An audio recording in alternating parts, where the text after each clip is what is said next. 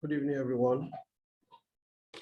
My name is Professor Olayinka Ajani. I want to welcome every one of us to the facilitation of CHM203 tonight. And by way of reminder, I would like us to know that today is week 5 of our facilitation. And we are going to be looking at the course material I earlier sent to you on Friday concerning this week 5. I want to believe everyone has watched the video. And if there are any questions, I want a person that has such questions to signify by raising up the hand. Then we'll give you the audience to ask your question. Then we'll look at it together. Then after that, we can look briefly at some other area, and then we'll call it a day. It's on this note, I would like to say welcome to everyone and remain blessed as we proceed with today's class. Signify by raising the electronic hand. Then we can look at it together, what the question is and the necessary solution to such questions. So I'll wait for 1 minute, 2 more to address our questions. And if there is no question, then I want to believe that the video was well understood, and then what was taught therein, there was no challenge.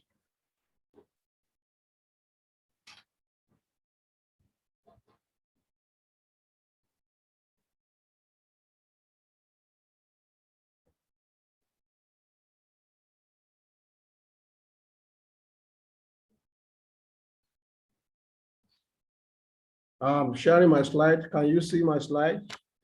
Musa Buhari, please. Can you see the slide? No. Can you see the slide? No, it's not visible. Eh? Not really. We have 8 weeks of facilitation through which we are going to fully cover the content of Chemistry 203. Today is the topic 5, which is actually extracted from the unit 3 of your course material. The instructional video for this course has been sent to you since last week, Friday. And I want to believe that every one of us has watched the video. It's well explanatory. So it's on that note, I'd like to go through briefly some various organic reactions, the protocol with them, reaction condition. You say when we have gone through those videos completely and correctly, we should have understood how to write organic equation in various ways and putting it in various perspectives. We should have been able to have a better understanding of the reaction mechanism and how to propose one for any chemical reaction. And we should have also known other details that have to do with becoming familiar with the various classes of organic reaction and the transformation of functional group from one form to another, thereby leading to various reaction formation. So, you know, we have various things in organic reaction. We have the reactants, they are the substrate that comes together to react. We have the solvent and other medium that power them to proceed to the products. We call them the reagents. And of course, there's an arrow that shows that there's a transition that is taking place, converting one forms of the species, which are called the reactant, to another form, which are called the products. As you can see here, Grignard reagents, methyl magnesium bromide, proceed well reacting with propanone. And then the second stage of it is to treat it with water, and that gives this tertiary alcohol. There are different ways of writing reaction. For example, when you are doing some things like halogenation or bromination or addition reaction to a saturated compound, looking at cyclohexene, for example. Bromination of cyclohexene, of course, can be written in various forms. You can react and treat the hexene, cyclohexene and bromine, both of them as the reactants. And then you put an arrow that shows that the transformation wants to occur. And then you put 1,2-dibromocyclohexane as your product. That's one way of writing. Another way of writing is that since the cyclohexane is the bulky product, is a major starting material, and bromine is just a diatomic molecule, you could put that bromine on top of the arrow. It's still showing that it's reacting the bromine with it, and the product will still be the same. So reaction condition, the solvent, the time, the temperature, all those things are always written on top or below the arrow. And anything at the right-hand side of the arrow is your product. Anything at the left-hand side of the arrow is your reactants. So mechanism of reaction actually is talking about what are the details, step-by-step adjustments, attachments, movement of electron leads into the formation of product. We are saying if you say A plus B gives C, there are various routes that A and B might have gone through before they were fully transformed to C. So in the general equation, you may not know those routes because A will just appear as A plus B is equals to C. But when you now go to the detailed mechanism, it will tell you various transitions that A undergone, various transitions that B undergone, before both of them now coupled together to transform and transited themselves to be another compound C, which is the product of the reaction. And in some reactions, there can be intermediate. Reaction intermediate means A is not just reacting with B to give final product. A is reacting with something, or A is receiving a reagent to become a transition, to go through a transition state to become intermediate. But that intermediate is not stable. It attacks something else to now form product. So any reaction that have intermediate, we have more than one transition state on the energy profile diagram. So we should also note that before reaction can occur, cleavage of bonds is very crucial.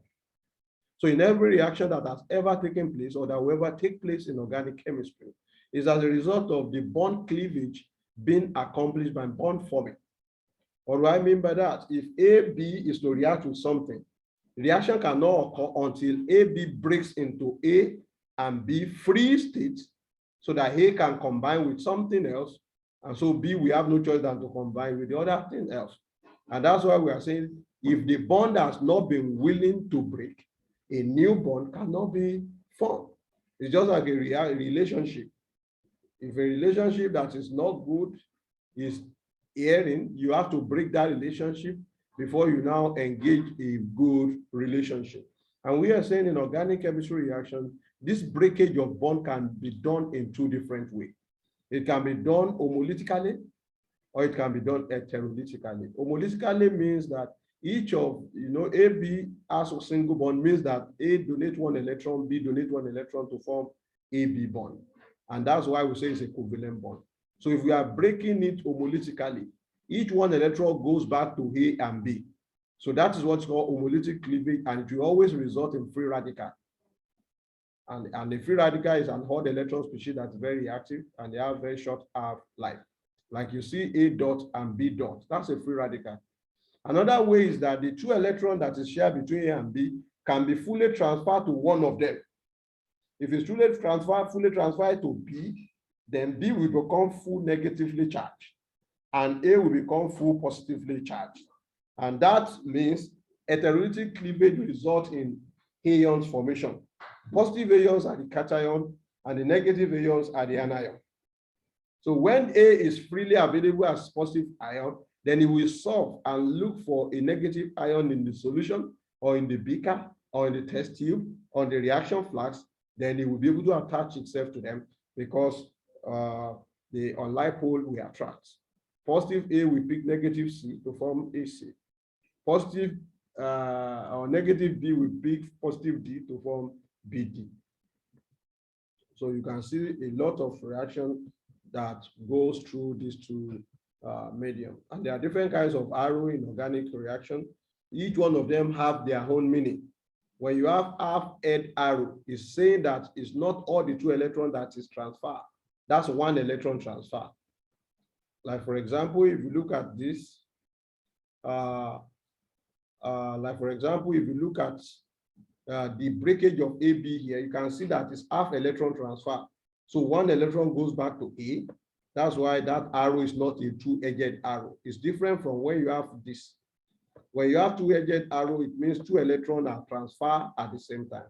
But if you drew like this and it's half-edged, it means one electron. So one electron goes to A to form a radical of A, and one goes to B to form a radical of B. But in a situation like this, where the two electrons in AB are fully transferred to B, you can see the arrow head is double head arrow. And therefore it forms cation A and anion B. If it is a carbon containing positive ion, you can call it carbocation or carbonium ion, and the negative containing carbon is carbanion.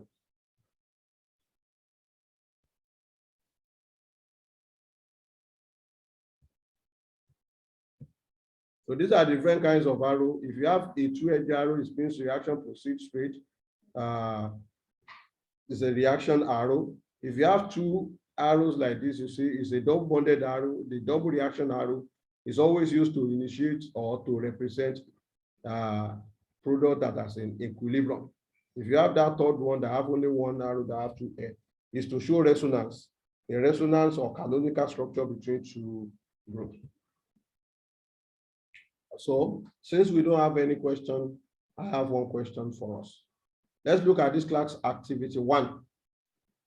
Use full-headed or half-headed curved arrows to show the movement of electron in the following equation. This is an equation that have a water as a cation attach itself onto a cyclohexane group. And of course, you remember that water is a full parent, is already a stable molecule on its own, so it will be unfair of him to still stay on that group because the oxygen has exceeded its valency. And the positive charge on that oxygen shows that it's highly electrophilic, hungry for electron. Therefore, the bond between the oxygen and the cyclohexane group is very weak. And every bond that is broken always results to form a charge. So if you are talking about that, of course, you know that there's a positive charge on oxygen, and you know that the bond that connects that oxygen to cyclohexane group is having 2 electrons. So if that have to break, oxygen needs 2 electrons to form a lone pair to be stable. The other water can break. So if this water we have to break away, will it just have to transfer only 1 of the electron or the 2 at the same time? Of course, you have to transfer the 2, because if you break it by 1 electron transfer, it means an electron will come on cyclohexane, an electron will come on oxygen. So it doesn't make oxygen to be stable because an electron cannot swallow up the positively charged that is on it. So the 2 electrons that are on that bond, we break that bond away as a full 2 arrow head. And therefore, 2 electrons come on oxygen to form a full water as a stable molecule on its own. And once that happens, this carbon that lost its own electron to the oxygen will now be compensated by being the positively charged. So if you look at this very well, you discover that this part is just like your A in your AB reaction. And that water is like your B. So when you break the 2 electrons on B, the A will become positively charged where you break it. That's why where the bond is broken, cyclohexane will become positively charged. So I want to ask a question concerning this B. Methane reacting with a free radical of chloride ion, a chloride radical, not ion. How do you expect to form methyl radical and HCl? Is it full 2 electron transfer or 1 electron transfer? Somebody should help us. Somebody should attempt that, please.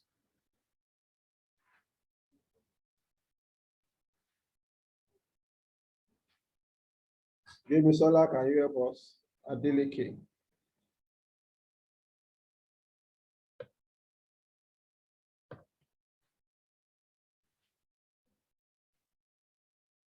Give me Sola, Adeleke, can you help us?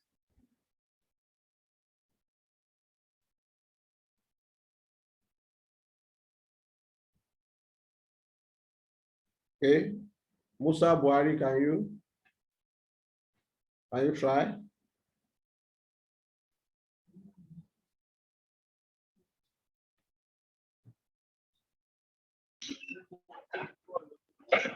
Yes. No idea. Okay. Okay, so let's look at it together then. I expect having watched that video, you should have been able to solve this.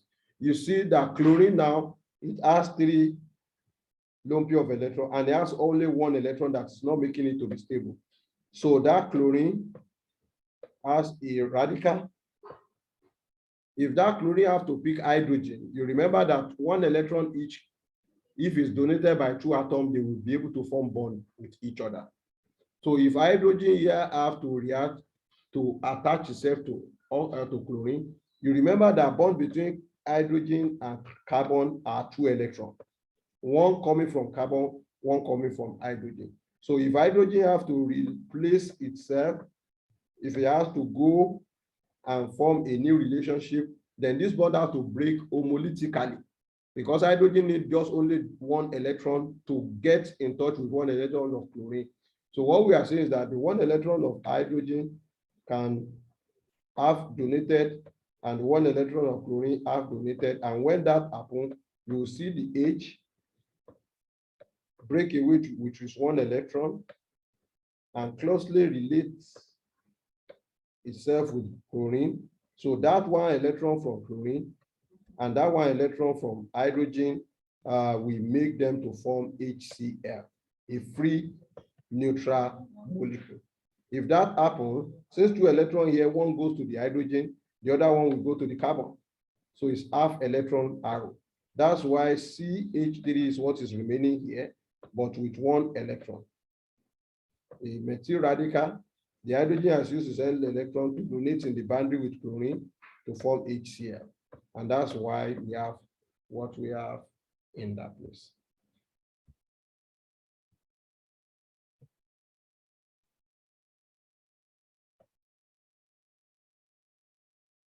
There are various kinds of reactions, but majorly 7 of them as already presented.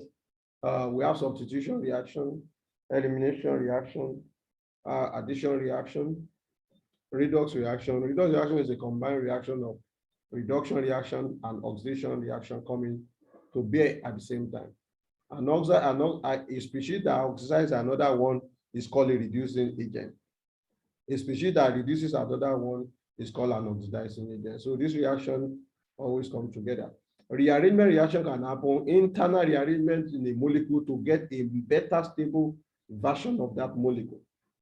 Pericyclic reaction are also there, and free radical reaction is divided into chain initiation, chain propagation, and chain termination step.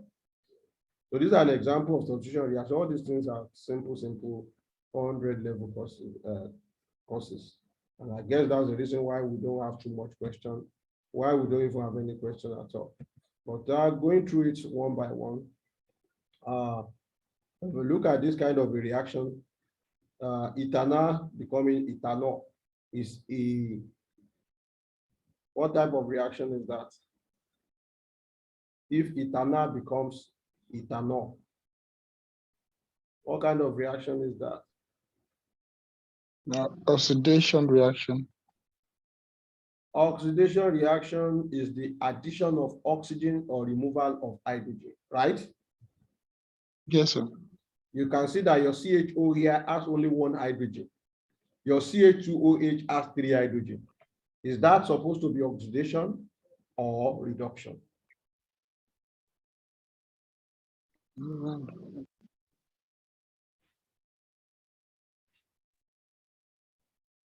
Yes? It should be reduction. It should be reduction. Because when we are talking about oxidation reduction reaction, we will look at it now. Of course, you see CH3 here, is CH3 here. You don't have any business with that. Where the transformation happened is the CHO. And that CHO has only one oxygen. And CHOH also has only one oxygen. So you may not be able to use oxygen to define oxidation reduction here, because oxygen did not change. So you know oxidation is addition of oxygen or removal of hydrogen. So if you look at the oxygen here, 1, oxygen the product 1, so there's no addition of oxygen.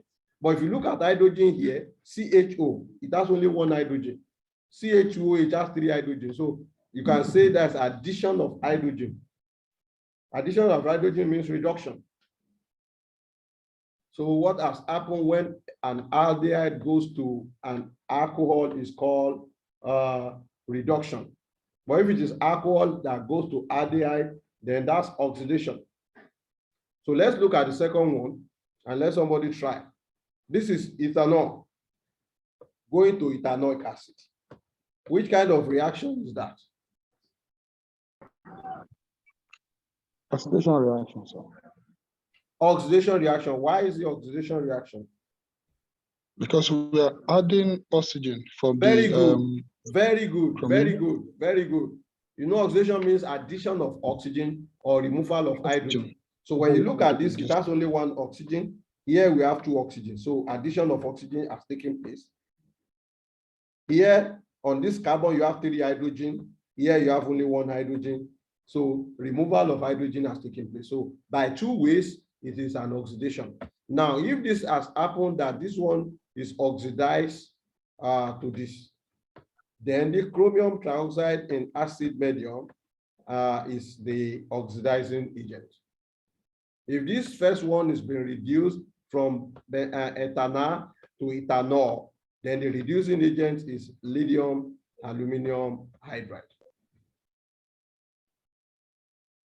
There are various reducing agents. Lithium aluminum hydride is the strongest reducing agent.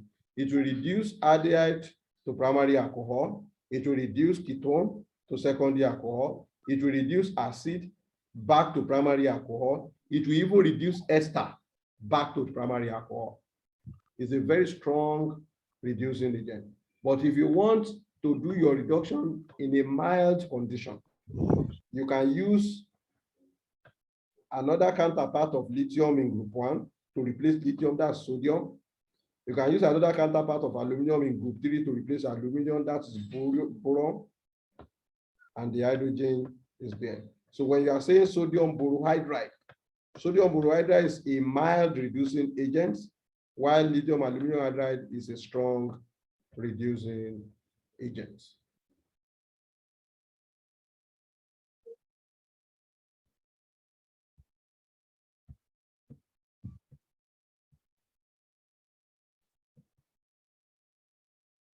These are free radical reaction.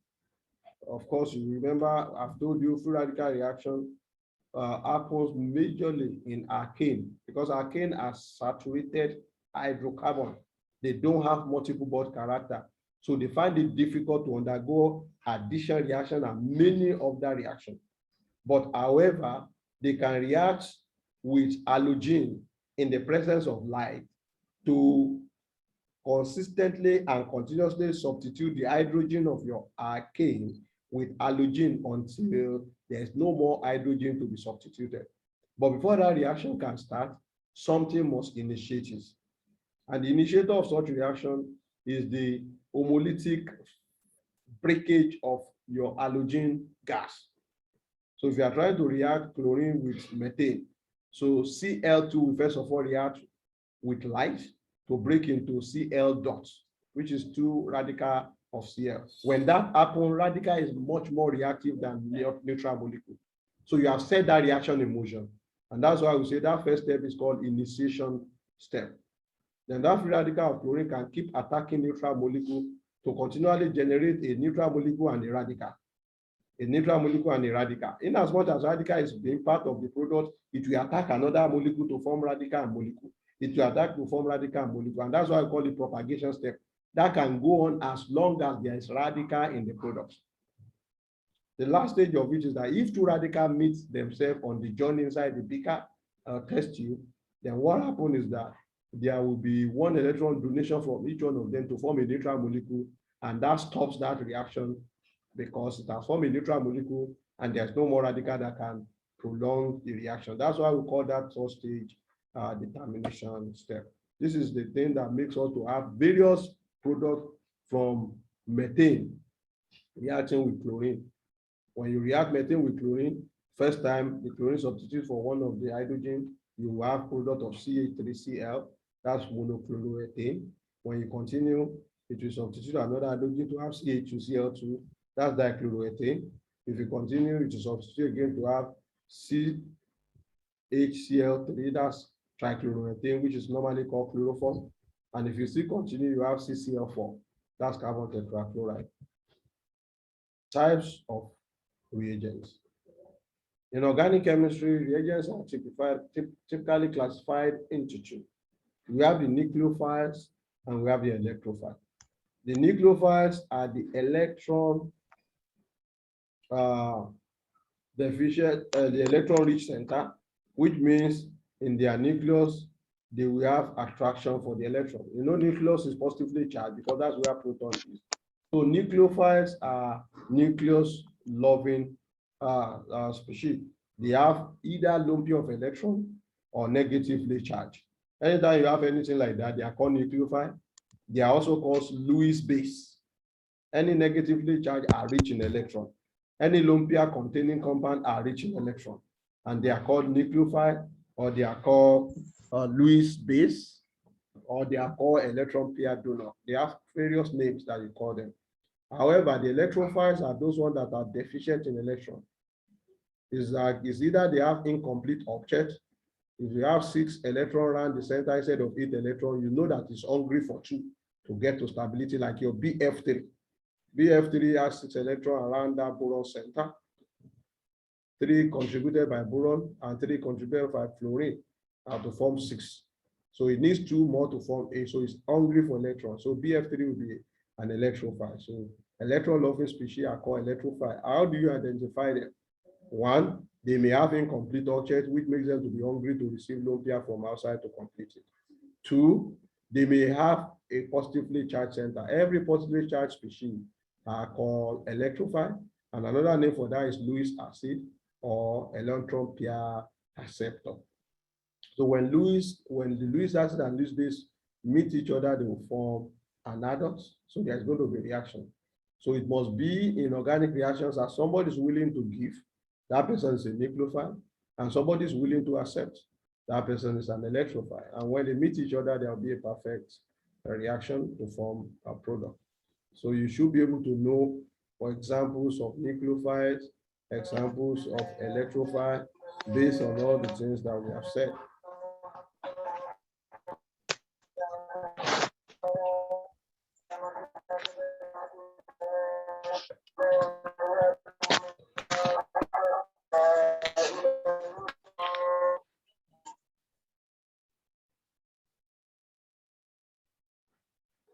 So if I have to ask any one of us about nucleophile and electrophile, we should be able to do that. So class activity 2, which of the following species are likely to be nucleophile? And which of them are likely to be electrophile? And which of them may have both properties? So we have 4 compounds here. I want 4 volunteers to talk. Mohammed Sulaiman. Yes, can we hear you? Good evening. First, nucleophile. You said the first one, the second one will be a nucleophile. So a nucleophile, sir. The first one will be a nucleophile. Should be an electrophile. Electrophile. A is electrophile. So I can't hear you.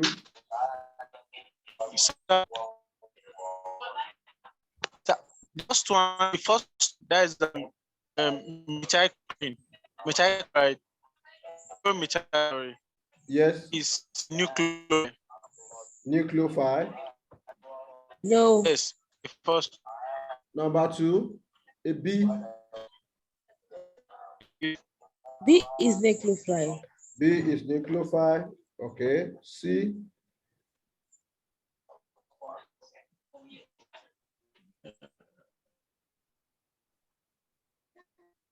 The electrophile.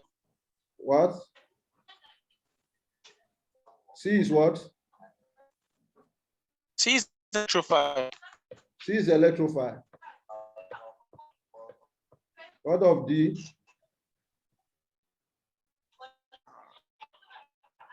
No.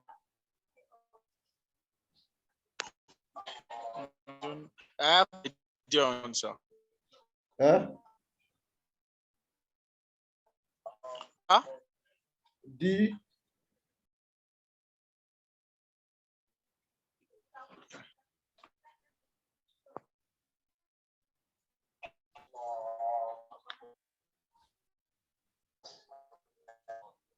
Nucleophile, sir. Okay, nucleophile.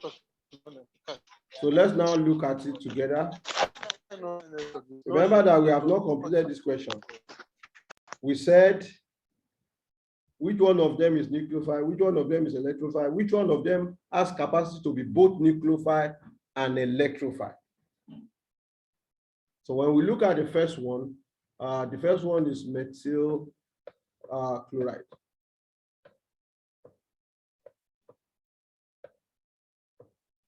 Under normal condition, this carbon now has 1, 2, 3, 4, 5, 6, 7, 8. Based on that, this carbon has not expanded more than 8, and 8 is normally the octet rule. And it does not have anything less than 8. So we can say it's not an electrophile, it's not a nucleophile. But because of the chlorine, remember that one of the electrons of chlorine is what is used to make bond here. But there are still 1, 2, 3, 4, 5, 6 electrons around chlorine. So it has 3 lone pair of electrons that have not been used in bonding. It uses only the electron number 7 to bond. Therefore, you can use that chlorine to donate. Therefore, we can say it's a nucleophile based on the chlorine part.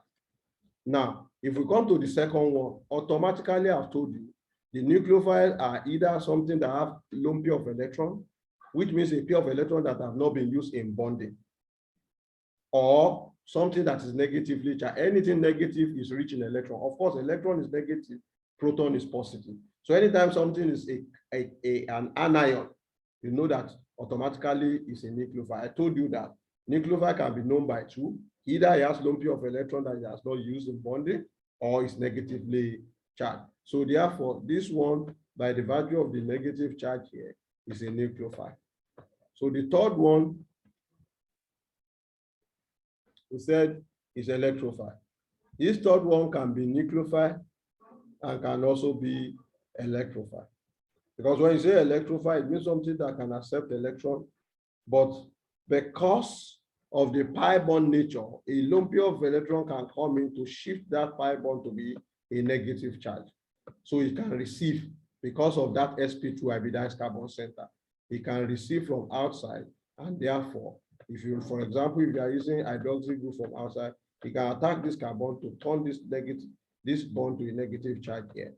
So you can call it nucleophile because you know that this nitrogen is trivalent, and nitrogen has 8 electrons, isn't it? Nitrogen has atomic number of 7, which is 2, 5. He has 5 electrons in the outermost shell. He has used one here to bond with one of the electrons of this carbon. He used one here to bond with one electron of this carbon. He used one here to bond with one electron of this carbon. He has used 3 out of his 5 to form 6 electrons here. Therefore, nitrogen has a lone pair that he has not used. So a trivalent nitrogen. That's why ammonia is a very good universal solvent, because it interplays between inorganic and organic compound. So when you have a trivalent nature nitrogen, you know that you have 1, 2, 3, 4, 5, 6, then 7, 8. There's invisible lone pair of electrons on them that have not been used. So based on this is a nucleophile. So when we come to this last one, of course, is basically the first thing is that it's a electrophile. Why did we say it's an electrophile? Because it has a carbon center that is an sp2. If you try to split it out well, you discover that that's carbon that carries double bonded oxygen can undergo additional reaction because there's a pi bond there. There's a pi bond there because that C double bond O is made up of 1 pi bond and 1 sigma bond. Anything that is like this is having incomplete octet in the middle. That's why OH or any nucleophile can attack that carbon center. Can attack this carbon center to now form 4 single bonds and turn this one to be a negative charge, which is the mechanism through which all the alcohol are formed from carbonyl of aldehydes or ketone. Remember when we reduce secondary alcohol, we get when we oxidize secondary alcohol, we get ketone. When we reduce ketone, we will get secondary alcohol. When we use aldehyde, we get primary alcohol because they have tendency to be easily done like this. So if you have an aldehyde, you say aldehyde will proceed further to oxidize to carboxylic acid. This is how it happens. In the basic medium, the hydroxyl group can attack this place, and this will become negative later. And when it comes out, you have COOH linked to that, and that you get that. So, but if we are trying to look beyond the physical bond here, you discover that when you look at the oxygen here, oxygen has atomic number of 8. That is 2 and 6. And that shows that he has 6 electrons. It shows that he has 6 electrons in the outermost shell. So he has one here that he has used here. He has another one here he has used here, making 2, 3, 4, 5, 6. So when you have that, you have 1, 2, 3, 4, 5, 6, 7, 8. So that oxygen has 3 lone pair of electrons that he has not used in bonding at all. While you have that, you have, sorry, there's no bond here. So you have 2 here, you have 2 there, you have 1 there, you have here 2, here 2, and the 2 is supposed to be here to be 6, is what he has now used to share with carbon to form that double bond. So you have still 2 lone pair of electrons that have not been used. And we have somebody else to help us. Is water a nucleophile or an electrophile? Is water a nucleophile or electrophile?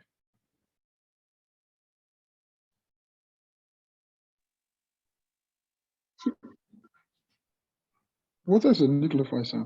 Why is water a nucleophile? Very good. That answer is correct. But why is it a nucleophile? Because it has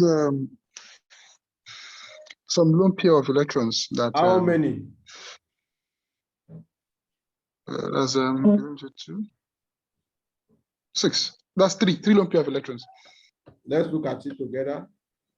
Water has 2 lone pair of electrons. Remember that oxygen has atomic number of 8. That's 2 and 6, right?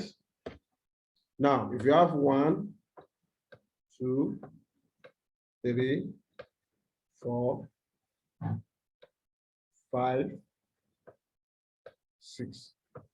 If you have that like that, and hydrogen now has 1 electron each. Of course, before hydrogen and oxygen can form bond, each one must donate one electron each to form a covalent bond. So this one need 1 more electron. So you can say, hydrogen, come and share with me. Hydrogen can donate its own 1. So with this, hydrogen is making 2 and is happy. With that hydrogen's own, oxygen is making 2 and is happy. There's another hydrogen here that donates its 1 electron. So when you look at that, it's happy on both sides. So the water, the bond here become, the 2 electron here become a bond. The 2 electron here become a bond. So this is the shape of water, H2O. So it has used 2 pair, but there are still 2 lone pair that it has not used. So water is a nucleophile. Water is a nucleophile. And water will be a stronger nucleophile than ammonia, because ammonia have only 1 lone pair and water is having 2 lone pair. So the higher the number of lone pair, the higher the tendency to attack, and the better the basic strength or base power of any reagents. Let me ask this question. Is aluminum chloride a nucleophile or electrophile? Aluminum chloride, is it a nucleophile or electrophile?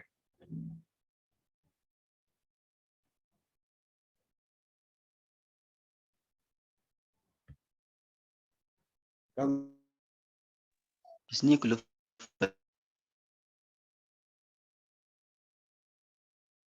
Sir. No fire. I think it's an electrophile, sir. It's an electrophile, sir. Is it electrophile? Which one? It's an Aluminum? electrophile. Is an electrophile. So the reason why it's an electrophile sir. is this. When you look at aluminum as the central metal, Yes. aluminum as the Yes. central metal is bonded to 3 chlorine, right? Two chlorine, yes. And you know each of the bond between Three chlorine, yes, sir. chlorine Yes, and sir. aluminum So there's is no 2 electrons. So there's 2 electrons here, 2 electrons here, 2 yes. electrons here, Electron making here. 6 electrons. It So has no valence aluminum, electron. yes, aluminum instead of 8 electrons in the surrounding Yes. is now having 6, so it's deficient. So it's an electrophile. So let me ask this question. If you have Electrophile. Yeah. magnesium ion, magnesium cation Mg2+, is it nucleophile or electrophile?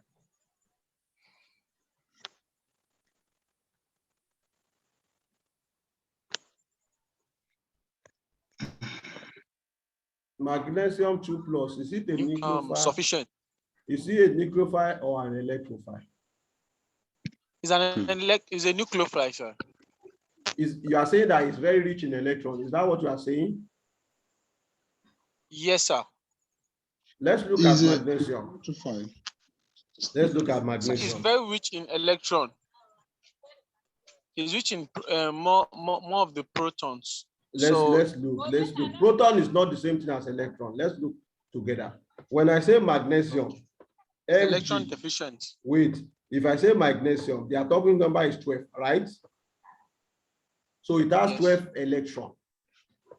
But if I say Mg2+, how many electrons will be there? 10. So is it rich or deficient? It is electron deficient, sir. It's deficient, I said therefore it's it an is electrophile. protons of. Anything deficient Yes. in electron is electrophile. So if you look at this magnesium atom, we have 12 electrons, but magnesium ion, we have 10 electrons. That means it's 2 electrons short. It has lost 2 electrons, that's why it's becoming Mg2+. So it's an electrophile. Electrophile is electron loving. It has lost 2 electrons. It will love to recover those 2 electrons back. That's why they call it Mg2+. Let me ask you this. Is this a nucleophile or electrophile? Fluoride anion.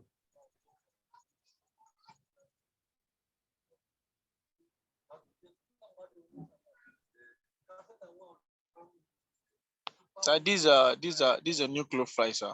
This is a nucleophile, correct? Let's look at it together. If you are talking about fluorine without any charge, fluorine have atomic number of 9, which means 2 electrons in the innermost and 7 electrons in the outermost.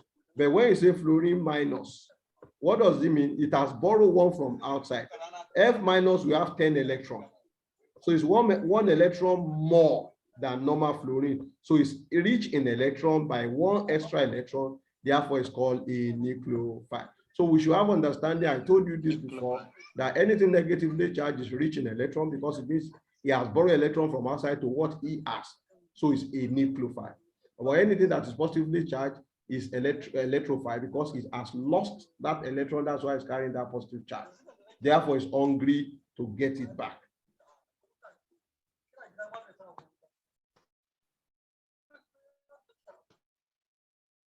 So I think by now there will not be any confusion of anyone, anything again.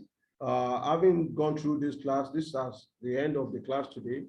But before next week, by God's grace, I will also send you the video and instructional material for week 6 ahead of time so that you can watch it. So if you have any challenge or any question, we can ask before we do the facilitation. So today we have been able to deal with to understand how equations for organic reaction are written. Also, we have a better understanding of reaction mechanism. And now we have become familiar with various classes of organic reaction and classification of every species or reagent into either nucleophiles or electrophiles, either Lewis base or Lewis acid, either electron-rich center or electron deficient center.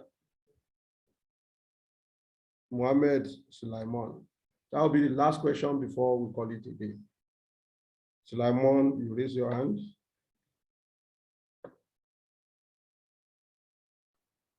Hello, sir. Yes. So sir, in essence, electrophiles they lack protons.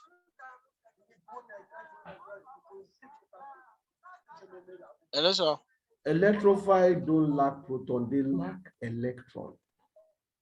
When you say Mg2 plus, it means it has lost 2 electrons. That's why it's Mg2 plus. And when you say Okay, sir. 2 plus, the 2 plus, you know, proton is positive charge, electron is negative charge. So if you have Mg2 plus, is more proton than the electron. So Mg2 plus will still have your 12 proton, but its electron will now be 10 because it has lost 2. That's why it becomes Mg2 plus. So if anything has lost electron and become positively charged, that means it's hungry. A positive atom, we always want to attract a negative one. So anything positively charged is, it has lost electron, therefore it loves to gain electron back. So it's an electrophile. But anything that is negatively charged have already gotten excess electron than what it's supposed to have. So it's already rich in electron. Therefore, it's a nucleophile. And a nucleophile. Yeah. Okay, sir. Thank you so much for the clarification, sir. You're welcome. So on this note, we'll call it a day for today. Thank you very much for your audience, and God bless you. We'll see you next week by God's grace. So bye everyone, and God bless you.